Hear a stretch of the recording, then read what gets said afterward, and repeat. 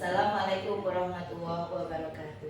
Perkenalkan, saya Sukahayati, CGP Angkatan 9 dari Kabupaten Tuban.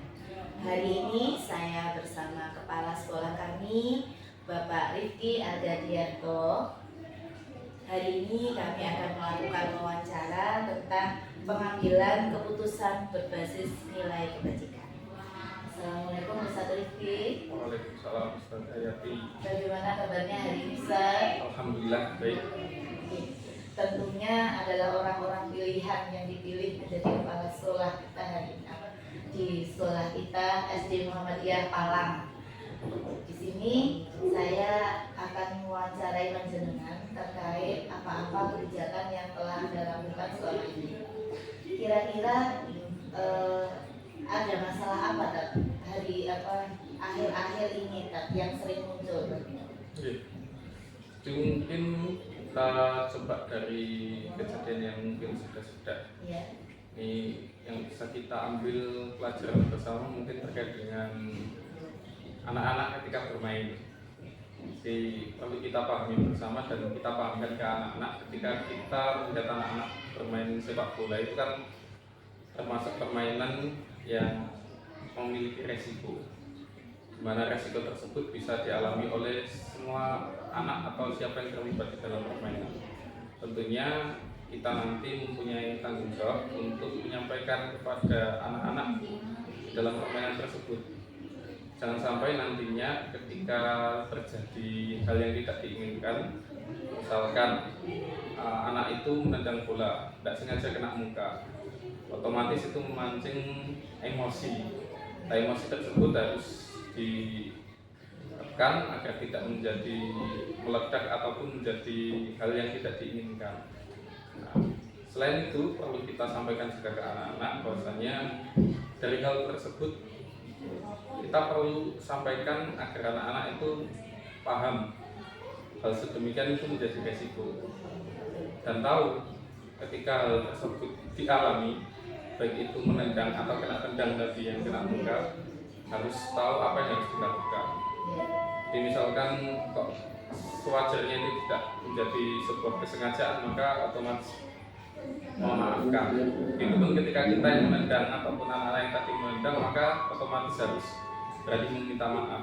Terkait sepak bola itu biasa tadi jangan sampaikan ada masalah itu kalau panjenengan lihat pandangan terkait olahraga ekskul sepak bola itu pripun ya Ustaz? Jadi kenapa tadi yang saya sampaikan terkait sepak bola, memang fakta di lapangan anak-anak itu banyak yang suka main bola, di luar ekstra pun banyak yang main bola. Maka dari itu menjadi sebuah dilema dikatakan bila mana sepak bola itu dihilangkan di dalam ekstra tadi, sedangkan di sisi lain peminatnya banyak. Nah, itu yang menjadi kenapa tadi di sepak bola itu kita juga perlu menanamkan etika-etika ya. Jadi bukan hanya anak-anak belajar teknik, tapi belajar tentang etika dalam bermain sepak bola. Mungkin itu. Di sisi lain juga ada ini ya, saking mungkin serunya bermain sepak bola, pengen menang di saat kompetisi, jadi terjadi pertengkaran seperti itu. Di satu sisi dilema yang kedua adalah mengembangkan minat ya Ustaz ya. Banyak ya Ustaz yang berminat sepak bola di sini ya. Alhamdulillah. Ya. Kalau dari Ustaz itu menyimpulkan masalah tersebut menurut panjenengan termasuk dilema etika atau tujuan moral Ustaz? Itu termasuk di etika. Di tadi berani berbuat itu ya tadi minta maaf misalnya. Ya. Sejauh ini bagaimana panjenengan mengidentifikasi, bagaimana cara mengidentifikasi apakah ini termasuk dilema etika, apakah ini tujuan moral yang panjenengan lakukan, bagaimana Ustaz? Tentunya terkait dengan hal sedemikian perlu adanya pengkajian, dilihat dari kondisi yang ada di lapangan bagaimana. Saya contohkan lagi adalah kegiatan misalkan ada anak itu di dalam kelas menemukan barang tersebut tadi ada labelnya, kita anggap aja pulpen atau pensil. Karena merasa tidak dia itu tidak ada yang mengawasi, nyaman, kemudian kok di hari itu memang pensilnya hilang atau lupaan, akhirnya dengan sengaja menghilangkan label tadi. Ya, itu termasuk juga etika tadi. Jadi kalau terkait dengan rujukan moral itu yang hal-halnya sifatnya ada penawaran-penawaran khusus. Bisa jadi misalkan ada produk yang ditawarkan, misal ini ya ada buku yang ditawarkan ke sekolahan, tanpa disadari itu tadi ada penawaran khusus, maka perlu kita sampaikan kalau itu tidak ada aturannya maka salah. Jadi kita pakai seperti yang sewajarnya saja. Jadi yang buku-buku itu penawarannya tidak sesuai peraturan termasuk rujukan moral, begitu ya Ustadz. Lalu bagaimana Ustadz menjalankan pengambilan keputusan itu, terutama di kasus-kasus yang sama-sama benar, yang menjadikan ini adalah masalah dilema etika? Kalau memang yang dipakai adalah sama-sama benar, misalkan perlu kita ambil asas kebenaran tadi berdasarkan pemahaman bersama mayoritas, dan untuk yang tadi merasa mungkin belum bisa menerima, kita sadarkan terlebih dahulu. Artinya dari diskusi-diskusi yang ada, misalkan anak-anak itu kalau sudah, saya ambil contoh yang main bola tadi ya, apa karena memang tidak disengaja tapi dia merasa karena efeknya itu dia merasa sakit, secara lisan ataupun raut muka memang bisa kita lihat damai, tapi jangan, kita harus memastikan juga tidak ada keberlanjutan. Jangan-jangan kembali ke kelas nanti masih ramai membawa permasalahan yang ada di lapangan. Di hal-hal demikian perlu diterapkan. Biasanya mungkin bisa fokus untuk yang masalah gula itu tadi ya. Prosedur apa Tat yang dengan lakukan untuk menyelesaikan masalah tersebut? Prinsipnya berpikir berbasis peraturan. Kalau di sini itu SOP. Jadi selain dibuat untuk anak-anak diajarkan tentang teknik bermain bola, adab-adabnya juga harus ditularkan atau disampaikan di dalam pembelajaran, agar nantinya yang paling penting ini ya, tidak hanya diterapkan di lingkungan sekolah tapi mampu ditularkan di luar sekolah. Betul sekali. Menurut jenengan selama ini berpengalaman dalam hal memutuskan kebijakan, hal apa yang panjenengan anggap ini adalah keputusan yang efektif untuk menyelesaikan masalah ini? Hal apa? Paling utama adalah itu terkait dengan faktor di lapangan tentunya. Kita tahu bisa memutuskan sebuah permasalahan berdasarkan kenyataannya, kemudian mengumpulkan informasi yang lebih valid dulu. Jadi kalau memang perlu tindak ya sewajarnya saja. Jadi dilihat dari misalkan kejadian bola tadi kan sudah kelihatan dengan kasat mata memang sepertinya tidak disengaja, ada bukti pendukung, faktor-faktor dari yang disampaikan teman-temannya itu sudah bisa memperkuat, maka sampai di situ cukup mungkin. Berarti paradigma berpikir tentang etika ini yang jenengan gunakan adalah ini jadi sebagai kebenaran versus benar kesetiaan. Ya. Betul. Dari berdasarkan keterlibatan anak-anak teman di lapangan.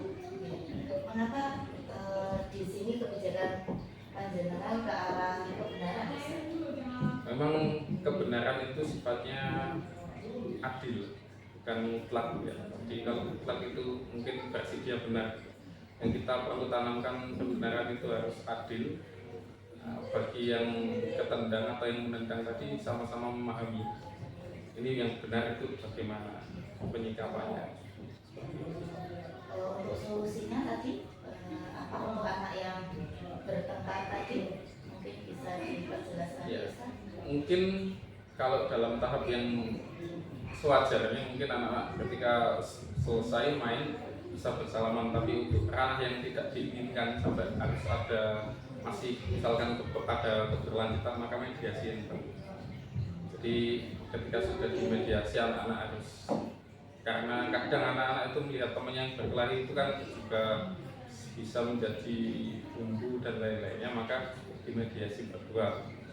Jadi tarik keluar lapangan dulu, diredam amarahnya, secara pemikiran sudah dingin, tidak terbawa emosi. Nah itu mediasi dengan pelatih atau bisa jadi yang bersangkutan dengan guru. Berarti pihak-pihak yang terlibat siapa saja, Ustaz?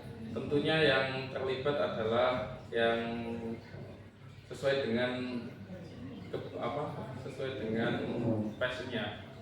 Jadi misalkan waktu olahraga yang mestinya dulu olahraganya, kalau itu terjadi di ekstra mungkin di ekstra, atau pas itu pembelajaran dengan kejadian yang lain maka dengan guru. Kalau lebih spesifik kalau terkait dengan siswa maka nantinya ranahnya juga melibatkan kesiswaan. Dalam memutuskan hal seperti ini, apakah jenengan punya jadwal tertentu dalam menyelesaikan kasus dilema etika ini, Ustaz? Secara terperinci jadwal tidak ada, kan tetapi ketika timbul sebuah permasalahan maka harus segera diselesaikan. Wah, biasa sekali kalau dari paparan panjenengan, dari kebijakan-kebijakan yang jenengan ambil ini, apakah ada seseorang atau tim atau faktor-faktor apa yang membantu jenengan untuk bisa memutuskan kebijakan? Yang paling jelas kebijakan diambil itu berdasarkan tadi prinsipnya tetap di kata adil tadi ya. Jadi tidak bisa itu melibatkan kalau bisa diminimalisir, tidak banyak yang terlibat.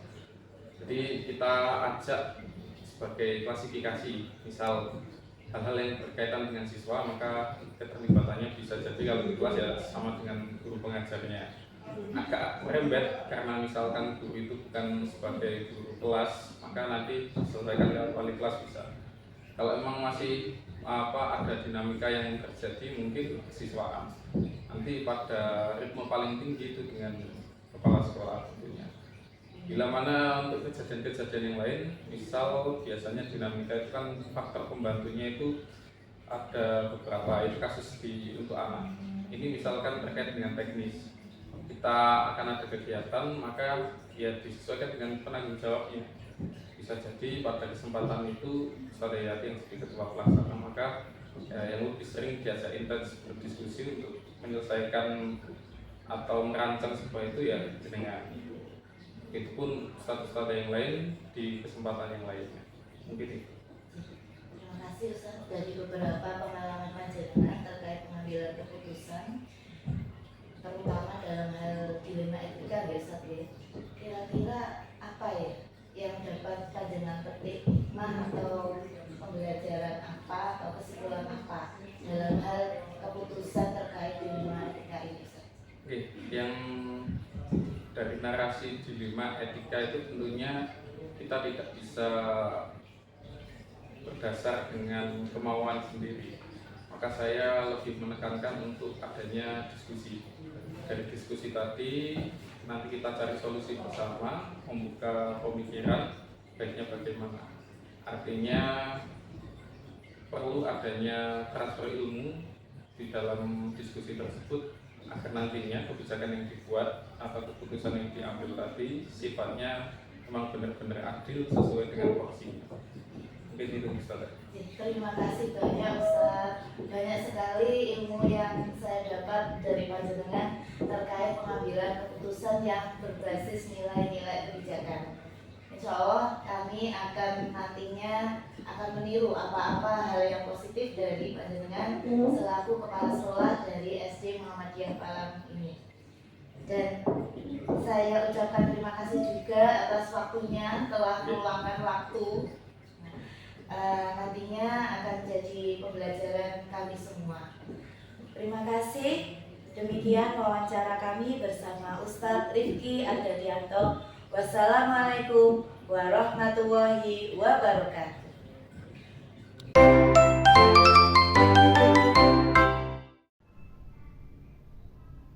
Assalamualaikum warahmatullahi wabarakatuh. Alhamdulillah hari ini saya bersama Us Iston selaku kepala sekolah dari SMP Muhammadiyah Boarding School Tuban. Bagaimana kabarnya Ustadz hari ini? Alhamdulillah. Mohon maaf sebelumnya Ustadz, kami merepotkan jenengan, minta waktu luangnya, dan kami menyampaikan terima kasih atas kesediaannya untuk kami wawancara. Dari tugas kami yaitu pengambilan keputusan berbasis nilai kebasikan. Nanti kami akan melakukan wawancara kepada jenengan terkait kebijakan yang jenengan ambil di SMP MBS ini. Kalau bisa jenengan ingat-ingat lagi, kira-kira ada nggak masalah-masalah yang lagi in atau yang penting yang terjadi beberapa waktu ini, Ustaz? Untuk masalah yang penting ada banyak, diantaranya adalah kalau di kita, karena di SMP MBS ini bersistem boarding, teman-teman anak-anak berasrama, maka di sana pasti ada kontak antara satu siswa dengan lainnya, kemudian ada ketidaksenangan dan semacamnya. Oh gitu. Kemudian bagaimana jenengan mengidentifikasi kasus-kasus tersebut, masalah-masalah tersebut, Ustaz?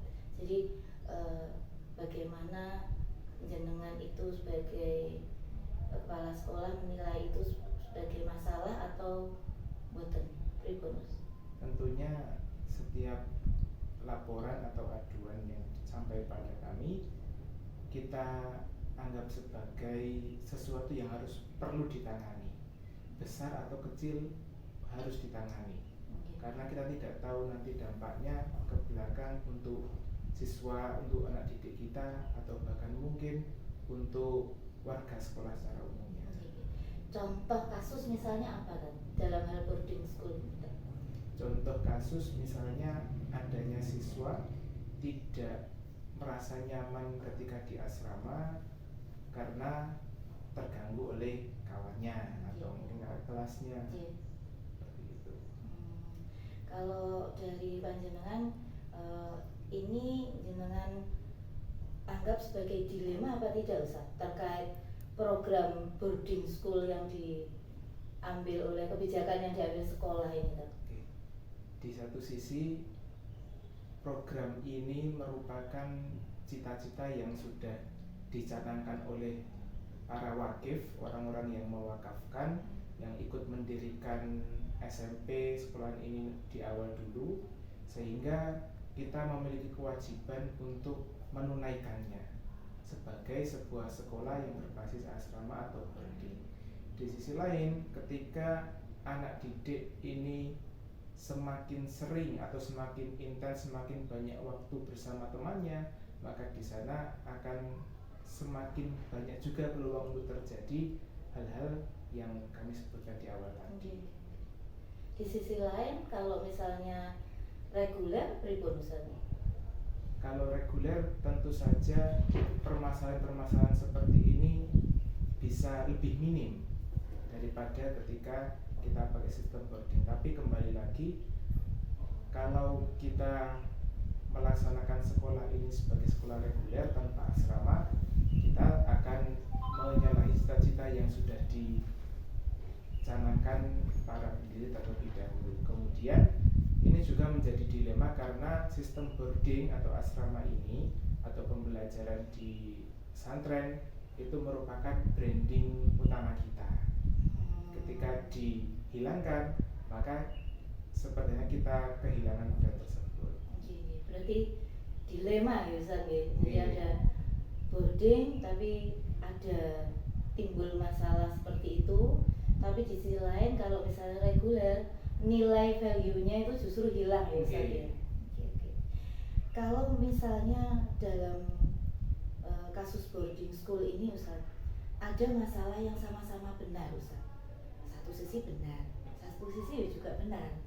Bagaimana dengan mengambil kebijakannya Ustaz?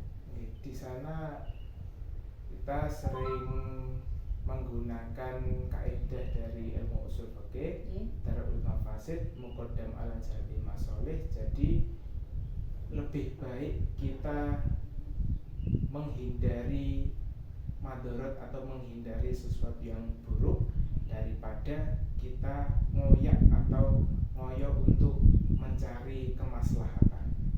Berarti difikirkan mudorotnya dulu Iya, ya Ustaz ya. yang lebih besar mudorotnya maka itulah yang akan kita hindari. Kemudian saya penasaran nih Ustaz, langkah-langkah yang pihak sekolah lakukan untuk mengatasi itu atau prosedurnya untuk mengatasi masalah terkait anak-anak boarding yang terkait masalah tadi bagaimana Ustaz?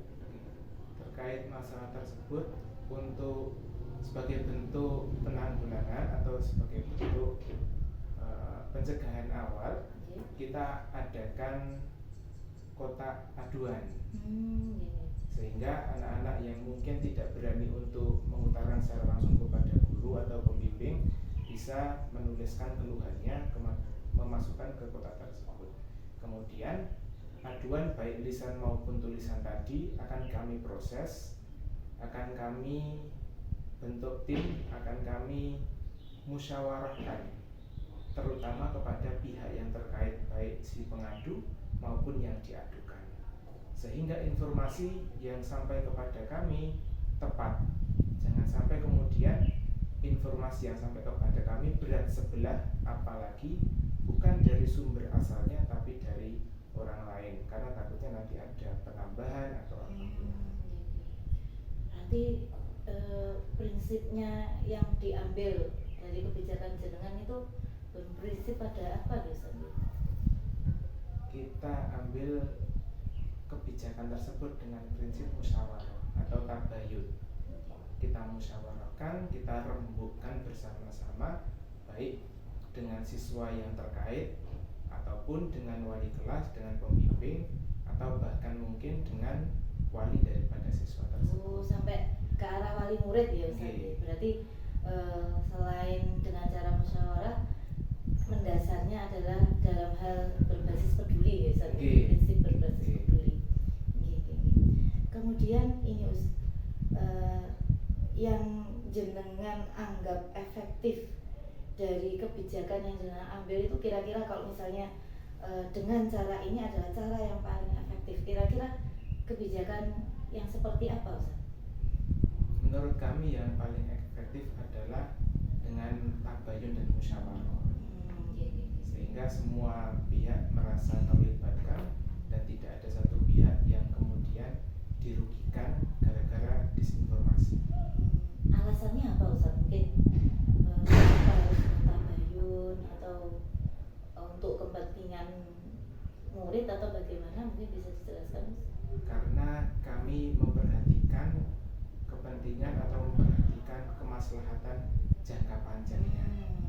Jangan sampai kemudian jangka panjang masa depan santri-santri atau siswa-siswi kita ini kemudian dikorbankan gara-gara satu dua hal yang tidak lantas kita tangani tadi.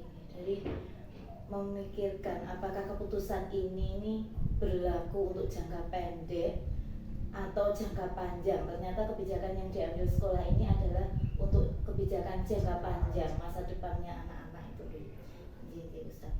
Kemudian adakah tantangan dalam mengambil keputusan jenengan ini? Tentu saja ada tantangan, karena bagaimanapun juga dalam sebuah tabayun, dalam sebuah musyawarah pasti banyak pihak yang terlibat. Tapi beberapa kali terkadang ada pihak yang tidak puas dengan kebijakan atau jalan tengah yang kita ambil, sehingga mungkin tetap kekeh atau tetap membenarkan dirinya sendiri, baik itu mungkin dari pihak wali ataupun bahkan mungkin dari pihak yayasan atau lembaga atau lainnya.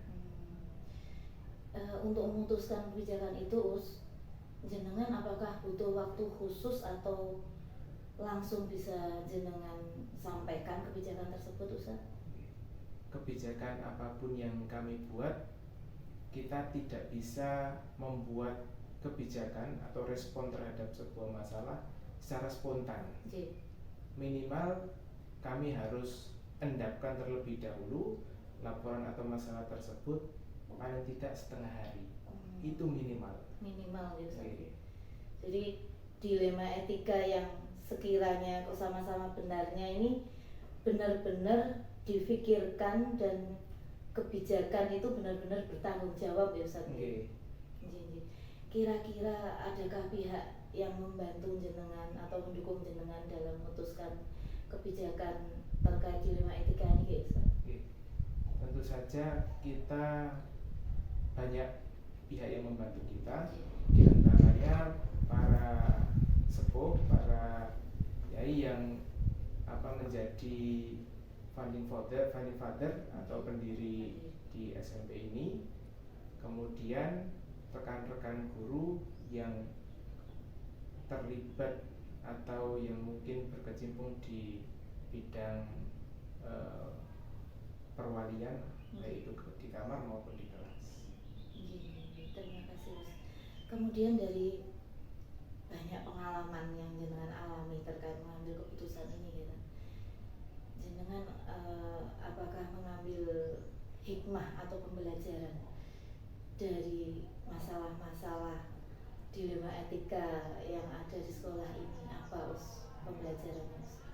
Pembelajaran paling besar yang kami dapatkan dari masalah yang telah kita hadapi adalah untuk mengambil nasihat atau untuk meminta nasihat, terutama dari pihak-pihak yang sudah berpengalaman. Itu lebih baik daripada kemudian kita memutuskan suatu hal, bahkan mungkin jika menurut kita benar, tapi tanpa ada musyawarah, tanpa ada nasihat dari para pendahulu tersebut. Saya sekali nih pendirian, cara berpikir jenengan luar biasa. Padahal dengan usia yang muda, dengan bisa bijak dalam mengambil keputusan. Saya sampaikan terima kasih Ustadz, semoga bisa untuk pembelajaran buat kami sebagai guru penggerak. Dan mohon maaf jika kami merepotkan. Demikian wawancara saya bersama Ustadz Piston. Dari wawancara kami bersama Ustadz inspiratif di Kabupaten Palang ini, semoga menginspirasi kita semua sebagai guru penggerak dalam mengambil keputusan. Wassalamualaikum warahmatullahi wabarakatuh.